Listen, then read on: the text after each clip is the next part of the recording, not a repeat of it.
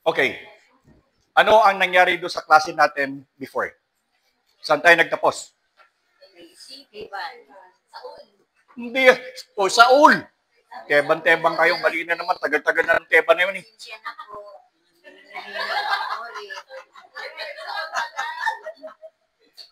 Nagkakaalaman ako sino dito malilimutin ha. Nagkakaedad na siguro kayo ha. Okay. Si Saul. Anong nangyari kay Saul? Nabulag. Tapos, ano nangyari?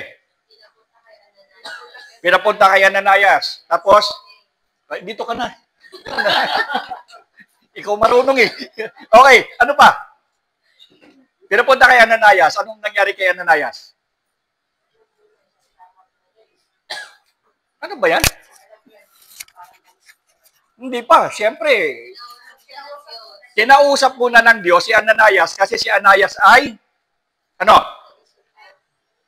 Natatakot. Bakit natatakot si Ananias? Kasi si Saul ay kilala sa pag-uusig ng mga wala pang Kristiyano nun. Ha? Wala pang Kristiyano nun. Tatandaan nyo ha? Wala pang Kristiyano nun. Ngayon kasi ang pag-aaralan natin yung umpisa ng pagiging Kristiyano. But during the time, ng time ni Saul, na naging Pablo, wala pang Kristiyano nung araw. Hindi ba? Ngayon, pagkatapos nung halimbawa, sige mag-fast forward na tayo.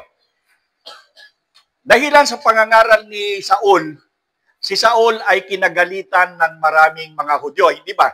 Dahil nangangaral siya, nagtataka sila, bakit dati-dati ito'y nanguusig ng mga mananampalataya nino? Wala pang Kristo nun. Pangalan, anong pangalan niya nun? Anong pangalan niya? Kasi hindi pa tayo dumadating doon sa mga hintil. Nandito pa lang tayo sa mga Hudyo. So anong pangalan ng Panginoon nun? Yeshua. Kasi doon sa Aramaic, ang tunay na pangalan ay Yeshua kasi Hebrew siya. Ngayon pupunta tayo kung paano naging Jesus. Magka-transition tayo. Okay. Gusto kong basahin nyo muna itong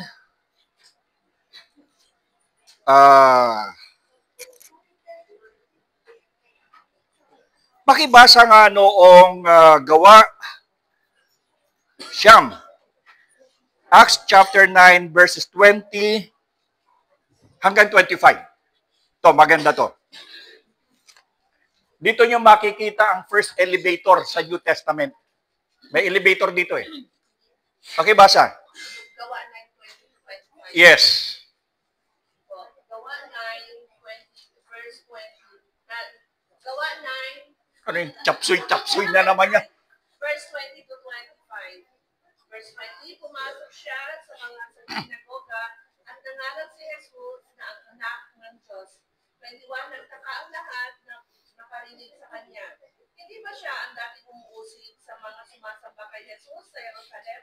Tanong nila, hindi ba't nakarito siya upang siya'y dakil at dalhin nakatapos sa mga punong pare ng kalito? Ngunit lalong naging mahusay si Saulo sa kanyang pangangaral at nalito ang mga Hudyo na ninirahan sa Damasco dahil sa kanyang matibay na pagpapatunay na si Jesus ang siyang Kristo. 23, pagkaraan ng maraming araw, nagkaisa ang mga Hudyo na patayin si Saulo. 24, araw at gabi ay inaabangan nila si Saulo sa mga pintuang bayan para patayin. Ngunit nalaman niya ito. 25, kaya isang gabi, inilagay siya ng kanyang mga alagad sa isang malaking basket at ibinaba sa kabila ng pader. May elevator ano? Ilagay daw doon. Ang first elevator sa New Testament ay basket. Anong ginawa daw kay Pablo o kay Saulo? Anong ginawa? Inilagay siya doon sa basket, pagkatapos ay hinihulog siya doon sa bintana. Bakit doon sa bintana siya pinadaan? Kasi nagbabantay doon sa pintuan yung mga Hudyo dahil gusto nilang patayin si Saulo. Bakit nila gustong patayin si Saulo? Kung ano yung ginagawa ni Saulo noong una, yun din ang gustong gawin ng mga Hudyo sa kanya ngayon. Bakit? Anong problema ni Saulo? Ano naging problema ni Saulo? Ha? na siya na kay Kristo. Nag- Nangaral na siya. Na-identify siya ngayon doon sa dati niyang kalaban. Ano? At ang sabi dito, ano ang ginagawa ni Saulo? Ano ang kanyang ginagawa? Huwag niyo akong tingnan niyo yung Bible niyo. Wala, hindi niyo mababasa sa mukha ko yan. Nangaral siya ng, anong ipinangaral niya? Ito na sila, dumating na. Ano ang kanilang pinangaral? Ipinangaral nila o ipinangaral ni Saulo ang tungkol kay Jesus. Ibig sabihin, tingnan niyo mabuti yan ha, si Saulo ay nangaral at ang ipinangaral ni Saulo ay dito kayo, uupo kayo, yan. Mamaya na kayo magkape. Late kayo eh. Okay. Tinapay na lang. O tinapay, pwede. Tinapay na lang. Okay. So ngayon, dahil dito, si Saulo ay nangaral ng salita ng ating Panginoon. Now, tingnan nyo to. Tingnan nyo to, ha. Pag tinignan nyo ang bagong tipan, ang makikita nyo doon ay lahat ay sulat ni Apostol Pablo. So magkaiba yan. Si Apostol Pablo, nung siya'y Saul at Pablo na, siya'y nangaral ng tungkol sa Ebanghelyo ng Panginoon. So basically, tandaan nyo to ha, basically, ang naglagay ng foundation sa lahat ng simbahan nila, sapagkat yung iba kasi dyan, ay dinatnanan ni Apostol Pablo na ang nagdala ay yung kanyang mga tinuruan at yung iba naman ay simula nung magkaroon ng Pentecostas, nagkalat-kalat. So meron ng mga simbahan. Pero basically ito ha, ito para maintindihan nyo to. Yung lahat ng sulat ni Apostol Pablo na makikita nyo sa bagong tipan, sulat ni Apostol Pablo sa taga-Epeso, dalawang klase ang sulat ha, yung sulat sa simbahan at saka sulat sa individual na tao. Yung sulat sa Corinto, Colosas, Epeso, Thessalonica, Filipos, yan ay sulat sa simbahan. Pero at the same time, merong ding personal na sulat si Apostol Pablo sa mga tao. Sulat kay Tito, sulat kay Filemon, sulat kay Timoteo, sulat kay Arnel Cruz. Tanda ko na pala, no? Hindi pala ako kasali doon. Okay. Hindi ako kasali doon, ha? Okay. So, ibig sabihin, dalawang klase ang sulat ni Apostol Pablo. Sulat sa simbahan o sa iglesia at sulat sa individual na tao. Pero, nung sinulatan sila ni Apostol Pablo, simbahan na yon. Ha? Simbahan na yon. Hindi yon nag-uumpisa pa lamang. Ang sinusulatan ni Apostol Pablo ay mga simbahan na. Ibig sabihin, itong mga simbahang ito ay well-established at sila ngayon ay nakarinig na lahat sila ng turo tungkol sa saan? Kay Jesus sa Ebanghelyo. So, lahat ng simbahan na sinulatan ni Apostol Pablo ay na-evangelize na silang lahat. Lahat yan ay nakarinig na ng Ebanghelyo. Ibig sabihin, lahat sila ay mananampalataya na. Bakit ko ina-emphasize ito? Kasi almost lahat ng simbahan probably sa buong mundo at even dito sa Pilipinas, hindi ito naiintindihan. Basta tatayo yung pastor, tatayo yung tagapagturo, ayon kay Apostol Pablo sa mga taga-Pilipo, sa mga taga-Corinto. So what? Di ba? Tatandaan nyo, yung sulat na yon is not to evangelize but to maintain the church. Maintenance na lang yan eh. Tatandaan nyo, yung lahat ng sulat niyan, maintenance lahat yan. Hindi yan ang turo.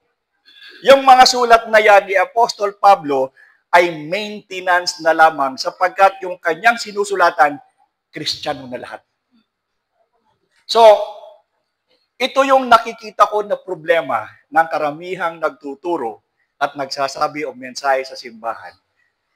Hindi nila ipinapaliwanag na yung sinusulatan, kung halimbawa sa Corinto, doon sa Corinto, si Apostol Pablo I think that's the first missionary journey. Yun yung sa kanyang unang paglalakbay. Siya mismo yung naglagay, siya mismo ang nagbuo ng simbahan sa Corinto. Okay? Nung mabuo na niya sa first missionary journey, yung Corinto na yan, siyempre, may pastor dyan Wala naman siya kasi nag-iikot siya. So, mayroong pastor doon. Siguro kung sinong pastor, di naman natural. Pero nakita ni Apostol Pablo na matapos silang turuan ng Ebanghelyo, yung iba hindi sumusunod sa Ebanghelyo. Kaya si Apostol Pablo ay sumulat sa kanila para sila ay itama. Naintindihan niyo ang pagkakaiba? Merong pagkakaiba yung naturuan na ng kasulat ng Ebanghelyo tungkol sa Panginoon at pagkatapos ay mine-maintain na lamang yung kanilang pag-uugali. Di ba? So, kumalat na yung Ebanghelyo simula sa Jerusalem papunta sa Asia Minor, dumami na ang Kristiyano. Ilan yung unang Kristiyanong na-convert? Ilan? Conversion, ilan? Pentecostes? 120. Ay, Yung pangalawang conversion, doon sa panahon ni Apostol Pedro, nung siya nangangaral ay 5,000, ilan doon sa Pentecostes? Ilan? 3 o 2? 3? Hindi naman ako matigas ang ulo, sumusunod naman ako sa inyo. 3. Oh, okay. So, naiintindihan nyo yung pagkakaiba ng sulat at doon sa Ebanghelyo? Ha? Yung lahat ng simbahan yan ay Kristiyano na. Kaya pag merong tumayo dyan sa pulpito o kaya may nagturo sa inyo o may nagsabi ng nagsetas, kaya makikita nyo yung mga kulto na nag-aaway, nagdidibati-dibati sila, magko-quote sila ng mga talata sa Bible. Tanong mo kung anong ibig sabihin nun, bakit paano nasulat yan, hindi nila alam. Kasi humahango lamang sila ng talata sa Biblia, ginagamit nila, they weaponizing the Word of God. Pero hindi nila naiintindihan na yun ay maintenance lamang ni Apostle Paul, kung kaya sinasabi niya yung dahil lahat yun mananampalataya na. Sila nag-aaway-away, hindi naman sila mananampalataya, di ba? But they are weaponizing the word of Apostle Paul to show that they are good at sila yung tama. Ang problema dito ganito.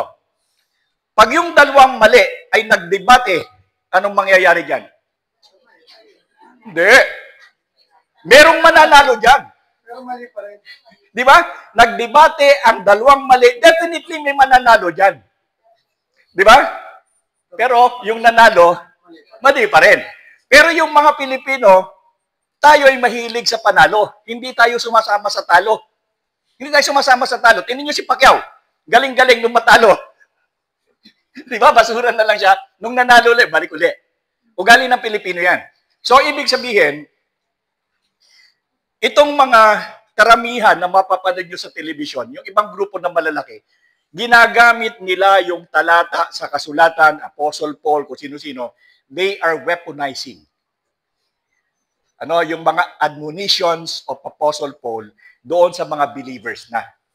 So nakita natin dito, doon pa lang si Apostol Pablo, matapos siyang matanggalan ng pagkakabulag at siya ay nagsimula kasama ni Bernabe, di ba? Kasama siya ni Bernabe.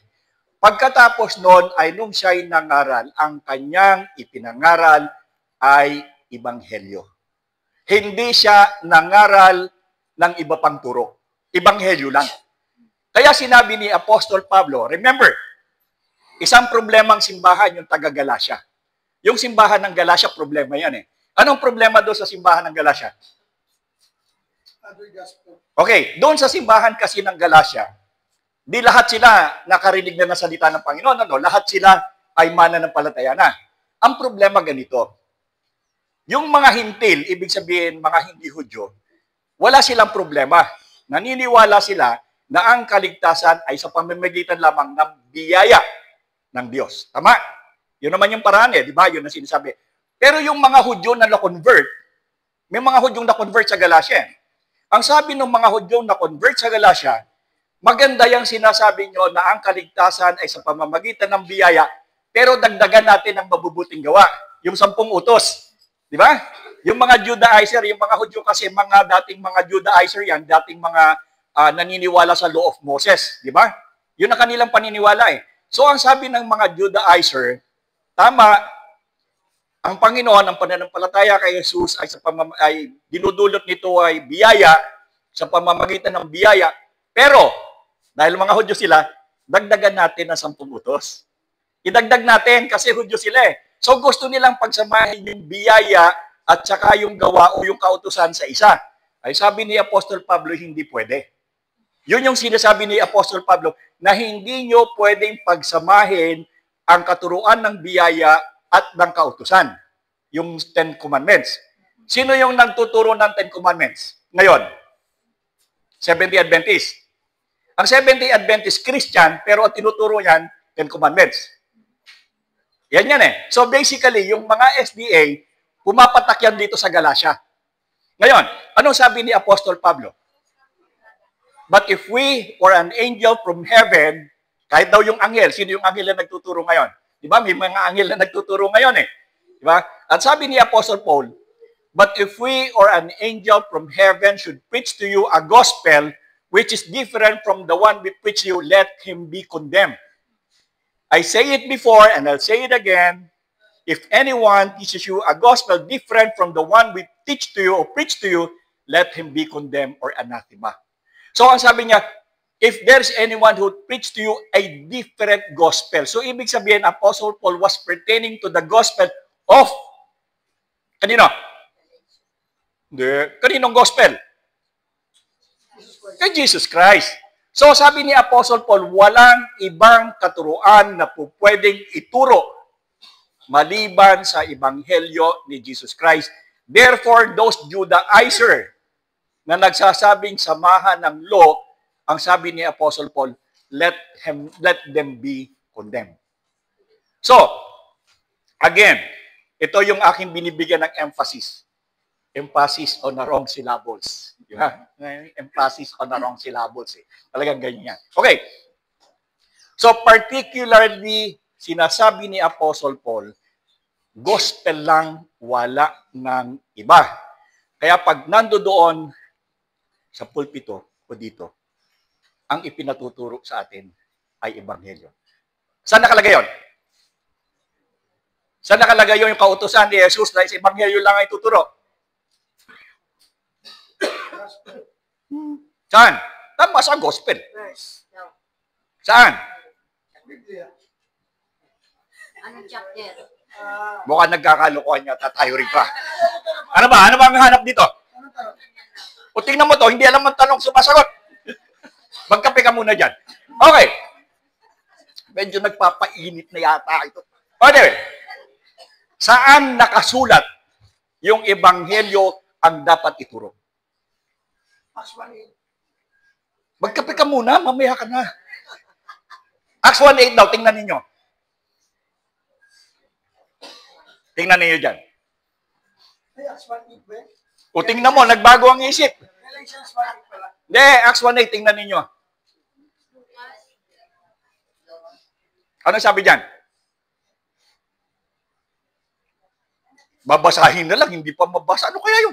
Subalit tatanggap kayo ng kapangyarihan, pagbabasa niyo ng Espiritu Santo, at kayo magiging mga saksi ko sa Jerusalem, sa buong Judea at sa Samaria, at hanggang sa dulo ng daigdig. Sinabi ba diyang ebanghelyo? O, di mali ito. Turo ng turo, magkape ka muna dyan. Galatians 1:9. Hindi. Ayun po yung totoo yun. Matthew 28:18-20, ano ba kayo? Great Commission. Anong sabi doon sa Great Commission? Ka na magsalita. Umiya ka na. Matthew 28:18-20. Ang sabi doon? Bakit si Jesus at sinabi sa kanila, ibigay na sa akin ang lahat ng kapangyarihan sa langit at sa lupa. Kaya tumayo kayo, gawin niyong alagad ko ang mga tao sa lahat ng mga bansa. Bautismuhan niya sila sa pangalan ng Ama at ng Anak at ng Espiritu Santo. Turuan niya silang sumunod sa lahat ng inuutos ko sa inyo. Tandaan niyo, ako'y laging kasama niyo hanggang sa katapusan ng panahon. Okay. Yun yung huling habilin ng Panginoon bago siya mag-ascend into heaven. So, yun yung sinasabi niya, dahilan sa ang Panginoon ang nag-conquer na ng kautusan. Ibig sabihin, Jesus Christ was the fulfillment of the law. So, ang sabi niya, kung ano yung aking nangyari sa buhay ko, ano yung aking misyon, yun ang sabihin ninyo, hindi lamang sa Jerusalem, but throughout earth and through the end of time, and I will be with you till then. Pero in reality, hindi naman siya yung kasama, but dumating yung Spirit of God, ngayon yung kasama natin ngayon, dahil wala na siya, yun ang bumalik, yun ang pumalit. So, again, Apostle Paul, going back to Apostle Paul was, sabihin natin, he was doing the right thing. He was preaching Jesus Christ, yung gospel. Kaya, lagi kong binibigyan kayo ng pansin dito, yung mga letter to the Corinthians, to the Ephesians, to Timothy, yun ay to maintain the church kasi sinasabihan ni Apostle Paul kung ano-ano yung problema ng simbahan, ito ang dapat nyong gawin. Tama? Kristiyano na yan. Ngayon ang tanong, ito magandang tanong.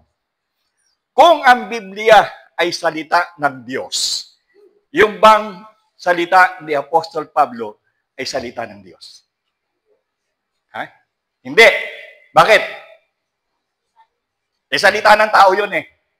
Paano naging salita ng Diyos yung Biblia? 2 Timothy 3:16 ba o 1 Timothy 3:16? 2 Timothy 3:16. Pakibasa nga ninyo. Ay, naku, tagal lang Kristiyano. 2 Timothy 3:16, ano sabi? Lahat daw ng kasulatan ay kinasihan ng Diyos at magagamit sa... Okay. So, lahat daw ng kasulatan ay actually, ang sabi diyang kinasihan, pero doon sa ibang salin ay hinga ng Diyos. Therefore, when Apostle Paul was doing the, sabihin nating admonitions, when Apostle Paul was doing the chastisements on churches, yung kanyang sinasabi is with the inspirations of the Holy Spirit. Ibig sabihin, when Apostle Paul was doing it, he was not doing it by himself.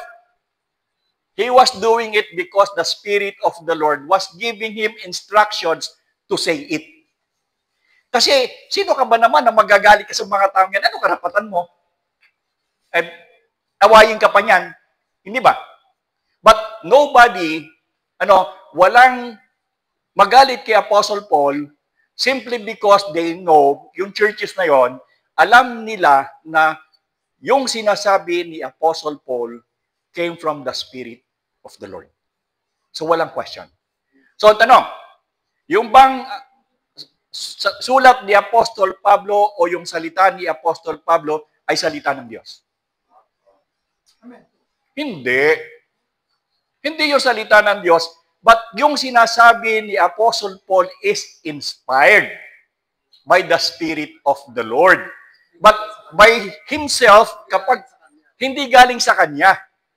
Kaya pag sinabi mo yung bang salita, kasi ganito maraming mga pilosopo, dadaanan at dadaanan niya yung bang salita. Salita ng tao yun. But always remember that the word of Apostle Paul, though it came from him, it is inspired by the Spirit of the Lord.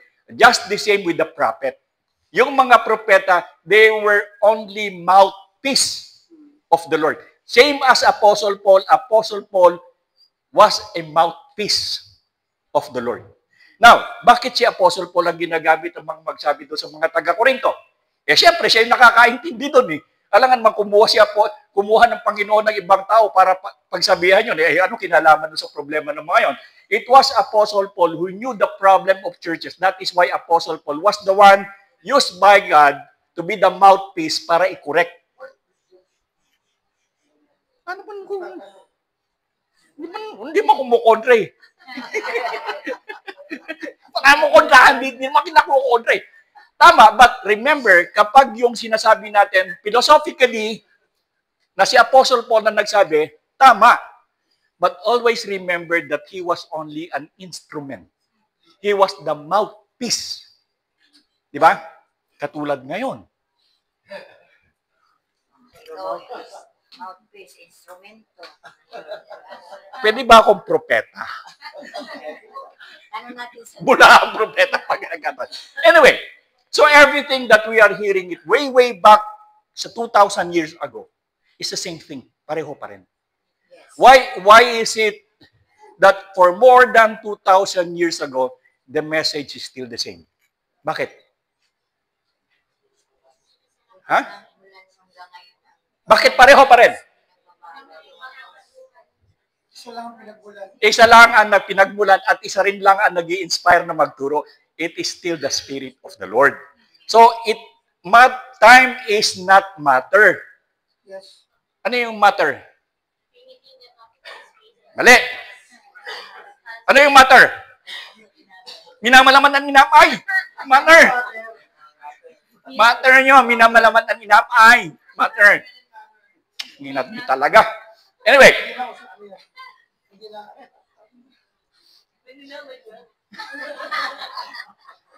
Alam ko, Hindi ko sa seminaryo natutuhan yun. Ibang school yun. Baka sabihin nyo, tinuturo sa seminaryo yun. Hindi. Ibang eskwelahan, madami akong school na pinasukan. Isa lang yan. Minamalaman ang inapay. Okay. Again, ngayon. So nakita nyo na ha. Wala nang sisihan to ha. Tinuro ko na sa inyo to ha. So ngayon, ganito. Susulat muna ako para medyo maganda. O ba't nandito sa lugar ko to? Sipahin ko yun. Oo, paharang-harang.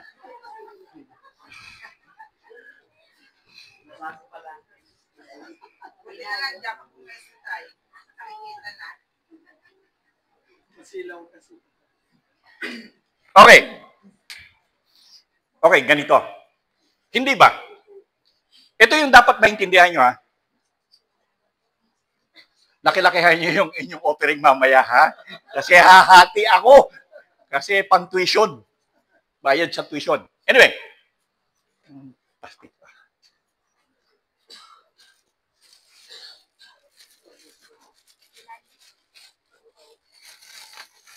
Anong nauuhaw? Hoy, dito nyo lalagay yung offering mamaya, ha? Ibig sabihin, walang barya. Walang barya. Kasi madaling mapupuno. Papel lahat, ha? Papel. Ha? Oo nga. Huwag mong wawala, huwag mong kukunin to, ha? Offering yan mamaya. Hindi, ha? Kupitan mo pa yan. Ako na lang. Anyway, ang gulo nyo. Mahawang nga, Pastor. Kristyanismo. Saan maunang tinawag na Kristiyano ang mga mananampalataya? Saan? Sa Antioquia. Anong talata?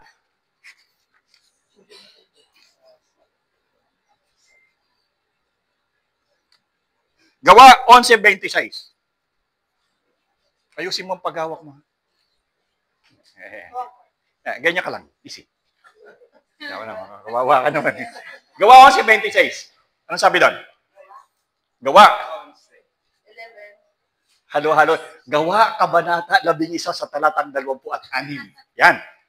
Ganda-ganda. Ano sabi doon? At nang kanyang matagpuan ay sinama niya ito sa Antioquia. 1 taon sila na natili roon at kasama-sama ng iglesia at natuturo sa maraming tao doon sa Antioquia. Unang tinawag na Kristiyano ang mga tagasunod ni Jesus. Okay. Sa Antioquia, unang tinawag na Kristiyano ang mga tagasunod ni Jesus. Now remember, Jesus Christ ascended into heaven most likely 33 AD. Diba? From 33 AD, itong pagkakatawag ng Kristiyano sa Antioquia is around 41 AD. So merong gap from 33 to 41 kasi nung 41 lang tinawag na Kristiyano ang mga mananampalataya ng Panginoon. So what happened to 33 and 40 AD? Ano ang tawag sa kanila? The way. Ang tawag sa kanila ay the way or Nazarene. Kasi wala pang hintil nun, puro mga Hudyo pa lamang ang tinuturuan nun, kaya ang tawag nila doon sa kanilang samahan ay the way. Ang tawag sa tagasunod ni Apostol Pablo naman ay Nazarene. Merong sariling grupo si Apostol Paul, ha? Merong sariling grupo. At ang grupo ni Apostol Paul ay Nazarene ang tawag. Pero hindi black, ha? Iba yung Black Nazarene sa Quiapo. Ito, Nazarene. So therefore, from 33 AD to 40 AD, ang tawag sa kanya ay way. Di ba? Nung papunta siya sa Damascus, anong gagawin niya? Huhulihin niya yung mga mananampalataya ng way. Sumusunod sa daan ng Panginoon, yung way o daan. Yun ang huhulihin. So, remember, ang Kristyanismo ay nag-umpisa lamang ng 41 AD. Kailan nag-umpisa ang Kristyanismo? Hindi na pala, yung palang Kristyanismo nyo, panis kasi 41 AD nag-umpisa, yung amin 33. Hindi nyo lang naiintindihan. Kasi tinawag na Kristiyano noong 41 AD, pero remember, but before na 41 AD, ang tawag sa kanila ay way or Nazarene. Now, bakit? Ito, maganda to ha. Bakit tinawag na Kristiyano ang mga mananampalataya ng Panginoon sa Antioquia? Bakit tinawag na Kristiyano? GMG. Wag na. Wala yun doon. Okay. Kasi ganito, yung Antioquia, remember that they were under the Roman Empire. Diba? Yung kapanahonan yun ng 40 AD, 43 to the rest, yan hanggang 600 or 600 AD yan. Taga yan Roman Empire yan They were under the influence of the Roman Empire. Now, ang Roman Empire is divided into two. Though merong Constantinople at saka meron yung sa Rome, yung Roman Empire is also East and West. Okay? Dalawang klase yan, yung East at saka West na Roman Empire. Yung West ng Roman Empire, basically, this is now the Rome. Papunta ron sa pataas. Dito naman sa pababa, papunta sa Middle East, ito naman yung silangan. Okay. Hindi pinapakialaman ng Emperor ng Rome kung ano man ang activities ng East as long as they are following the system of the Roman Empire. Dito sa Roman Empire, ang kanila sa West, ang kanilang salita ay Latin. Latin ang salita nila. Pero dito sa eastern part, ang salita nila ay ano? Bisaya. Lumabas ka! Labas! Ay, wala pa si Mato. Ayos talaga to. Kasi ano po, dumating yung may-ari ng bahay sa Woodville. Kakausapin ko pa regarding po sa extension ng ano natin. Ang galing ko talaga, no? Labas! Galing ko, no? Talagang inspired. Inspired talaga. Pero mo, eksakto, pinalabas ko talagang lalabas pala ito. Strategy lang yan. Oh, labas na, labas. Nabawasan ng panggulo ko rito. Anyway, alam mo naman yan, di ba? Nandun niya sa libro eh. Okay, dito sa eastern part of the Roman Empire, ang salita nila dyan ay Griego. Kay Greek ang salita ng Eastern Empire, ano? At ang sulat nila dyan ay Koine. That is why the New Testament was written in Koine kasi nandito sila sa eastern side. Therefore, doon sa eastern side of the Roman Empire, ang kanilang tinatawag na lingua franca. Ano yung lingua franca? Ha? Universal language nila doon sa eastern side or common language nila doon sa eastern side ay Greek. Sa western side is Latin, pero dito ay Greek. But even then, kahit sila ay divided, pagdating sa proclamations ng empire, nakasulat sa Latin. Pero ang common language ng tao ay Koine. Kaya ang nangyari ngayon, dahilan sa ang Antioquia ay halo-halo. It is a melting pot of Jews and non-Jewish people. Jews and Gentiles magkahalo doon. Kaya sinasabi nila, yung daw mga Hudyo ay hindi daw marunong magsalita ng Grego. Wrong. Kasi karamihan ng mga businessman ay mga Hudyo, how could they deal with the Gentiles if they do not know the language? Di ba? So kaya nga si Apostle Paul was able to teach and preach to the Gentiles because Apostle Paul knew the language. Paano siya magtuturo ng Aramaic sa Gentiles? Hindi sila nagkaintindihan unless mag-speaking in tongues siya. Wala namang sinabing ganon. So, it is necessary by that time for Apostle Paul to learn the Greek language because siya ay na-assign bilang apostle to Gentiles. Okay? Ano yung gugulo dito? Okay. So, Apostle Paul was an apostle to the Gentiles, kaya marunong siyang mag-Greek. Now, dito sa Antioch, anong pangalan nitong Antioch ngayon? Hindi nyo alam? Antioch.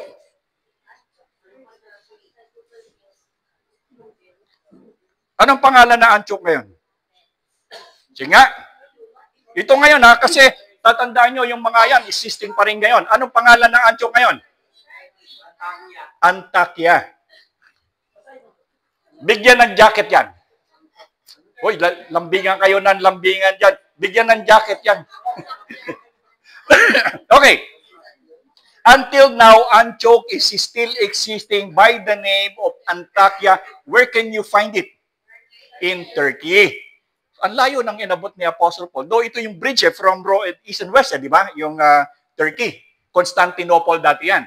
Ngayon, itong Antiochia niyan or ano ngayon? Antakya ngayon, ito yung pinaka-melting pot. And lately, meron silang na-discover na mosaic na parang isang ground na-discover nila lately lang. Yung flooring mosaic talaga ang ganda-ganda. So therefore, it only shows right now, doon sa na-discover nila doon sa Antiochia na yan o Antakya ngayon, na talagang napakaganda ng lugar. Napakaganda. At dahil dito nag-umpisa si Apostle Paul na mangaral. At nung mangaral si Apostle Paul dito, yung mga Greek na ang kanilang universal language, by the time, lingua franca ay Greek. Kaya nung tanggapin nila si Jesus, hindi nila pwedeng tawagin na Yeshua si Jesus. Why? Because sila ay Griego. So ano ang counterpart nila? Ang counterpart nila is Isus. I-E-S-O-U-S. Ito yung counterpart ni Yeshua. Ng Hebrew, sa Greek ay Isus. Now, naintindihan nyo na kung bakit nagkaroon ng Jesus Christ? Because doon sa Antiochia, ang lingua franca ay Greek, ang sulat ay Koine, at dahilan sa sila ay mga hintil, ito yung counterpart. That is why when you ask, say, hindi naman Kristo ang pangalan ni Jesus Christ. Ang tunay na pangalan niya ay Yeshua. Right. Wala namang umaaway sa inyo. Wala namang nagdidiskusyon. But also remember that during Antioch, considering that these are Gentiles, ang counterpart nila kay Yeshua ay Isus. Ngayon, that was Greek time, Nung maging Latin, nung Roman Empire, ang nangyari sa Isus ay naging Isus. Di ba ito? I-E-S-O-U-S. Sa Roman is I-E-S-U-S. Di ba? Pagdating ng middle ng 16th century, kasi tatandaan nyo, walang letter J sa English alphabet. Comprende? Comprende, senyoras? Wala. Kailang magtaka, sinabi ko nang wala. Pinag-aralan kong wala. Niwala kayo. Wala talaga. Wala talaga. Ang letter J came only around 1630 or 1620. Ang letter J. Ang ginagamit nila noon ay I, kaya Isus. Pero it is pronounced as Y. Ginagawa lang double I, but pronounced as Y. Yung I nun is pronounced as Y. Kaya when you say major, before it's mayor. Kaya may mayor tayo Pero before it's major. Kasi walang letter J nun. Ang pronunciation ng I nun is Y. Kaya yung Isus mo is Jesus. At ngayon, nung magkaroon na ng English, actually King James Version, nung i-translate yan, walang letter J yan. I pa rin yan. Kay I. Ngayon, nung magkaroon na ng 16th century, noong 1630, nung magkaroon na ng letter J, it was incorporated kasi yung I, nagkakaroon, kasi may I na, tapos may I pa uli So what they did was to magkaroon ng distinction. So I became yung dalawang I na magkasama, yung isa ginawang J. So hindi na ito napopronounce ng I. That is why yung Isos, kasi magkasunod yun ng IE, di ba? So it now pronounced as Jesus. Naintindihan nyo? Yung etymology. Galing ah. Etymology. Anong ibig sabihin ng etymology? The origin of words. Di ba? So, bakit ko sinasabi to? Kasi para hindi tayo mabola-bola ng mga nandiyan dyan sa labas na marami silang sinasabi, lalo na sa YouTube, sa TikTok, ang daming lumalabas ngayon. Pero kung hindi nyo ito alam, tangay kayo. Mali pala ako. Pero hindi nila nalalaman kung ano yung etymology ng salita. That is why, doon sa Antioquia, unang tinawag na Kristiyano kasi sila ay tagasunod. Ang counterpart nila kay Yeshua, Hamashiach, di ba? Hamashiach is the Messiah. Ang counterpart nila dyan ay Christos. Kaya nga, Iso-Christos or Jesus Christ ngayon. Jesucristo sa Spanish, Jesucristo sa Tagalog, Jesus Christ sa English. Pero sa Greek, sa Hebrew yan is Yeshua Hamashiach. Kaya lang naging Jesus Christ is because in Antioch, ang lingua franca is Greek at ito yung counterpart. So when you say Yeshua Hamashiach and Jesus Christ, alin ang tama? Alin? Pareho. Pareho. Pero kung gusto nyo kayo feeling Hebrew at mga feeling Hudyo kayo, birahin nyo ng Yeshua Hamashiach. Di ba? Feeling Jew kayo eh. Jew kayo. Di ba?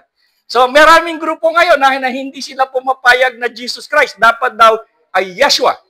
Merong grupo ngayon, nakikipag-away sila. Pareho lang naman tayo pinaniniwala natin. Kung yan ang gusto mo, di pagkaharap kita, di yan ang gamitin natin. Pagtalikod mo, di ba naman, wala namang mali doon eh. Di ba? So, naintindihan nyo na kung bakit merong Kristyanismo? Bakit? Bakit nagkaroon ng Kristyanismo ng 41 AD? Bakit unang tinawag na Kristiyano sa Antioquia? Anong dahilan? Parang hindi ako nagturo ah. Anong dahilan? Bakit naging Kristo ang pangalan niya doon sa halip na Yeshua? Dahilan sa ito ang lingua franca during that time. Tama ka, di ba? Nagano'n ka eh, di ba? Sana sinabi mo, di ba? Ginabi mo, di tama ka. Kaya lang, ayaw bumuka yung bibig mo eh. Ganon. So, maliwanag ba sa inyo kung bakit tayo Kristiyano? Hindi naman ako hintid eh. Feeling Hebrew ako eh. Feeling Hudyo ako eh. So, anong tawag ko sa kanya? Yeshua. Pero pag feeling na hintil ako, Jesus. Di ba? So, there is nothing wrong with the word. Para wag lang kayong malito. Pareho yan. Dahilan sa nagkaroon lang ng transitions of renaming simply because of the language by the time of the East and the West, the lingua franca. So, yun yung nangyari kung bakit merong Jesus Christ or Yeshua Hamashiach nagkaroon ng transition. Okay, hindi ko na pakakahabaan. Susunod tayo. Ang susunod nating pag-aaralan ay kay Eutico, tapos yung dalawang event sa Jerusalem. Gusto ko lang bigyan ng emphasis itong transitions of Christianity kasi ito'y importante. Naintindihan niyo ba? Tango kayo ng tango. Baka pag nagtanong ako sa susunod na linggo, kung meron tayo, Pastor, wala ba tayong absent sa linggo? Oh, good. Absent kayo, tapos pagbalik, nakalimutan na agad.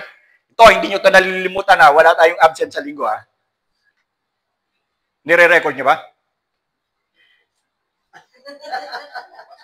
Wala absent. Titingnan nyo lang sa YouTube, nga pala, naka-record nga pala sa YouTube. Okay. Hindi, gusto ko lang ito i-emphasis. Meron kayong question? May question kayo dito sa transition from bakit tinawag na unang Kristiyano sa Antioquia ang mga mananampalataya ng Panginoon. Importante ito kasi walang nagtuturo ng ganito. Wala. Kaya lang, pinag-aaralan ko itong mabuti kasi gusto kong maintindihan ninyo. Ngayon, dahilan sa ako'y nag-aaral lang mabuti, ako'y napapagod, gumagamit kami ng kuryente kahit hindi kami ang nagbabayad, at kami ay kumakain ng lagi na lamang libre, pero kahit na, mga kapatid, walang barya. Okay, anyway, no question? Wala na? Naintindihan ninyo kung bakit Kristiyano? Tuturo niyo sa iba, ha? Huwag niyong sasarilinin yan. Brad, yung malaki-laki naman.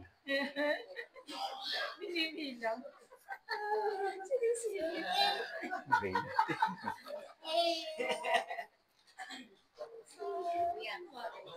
Paano to? Hindi pa ito kakasya sa Jollibee.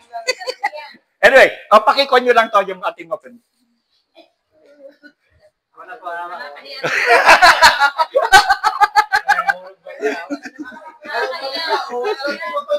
Walang barya talaga. Yay!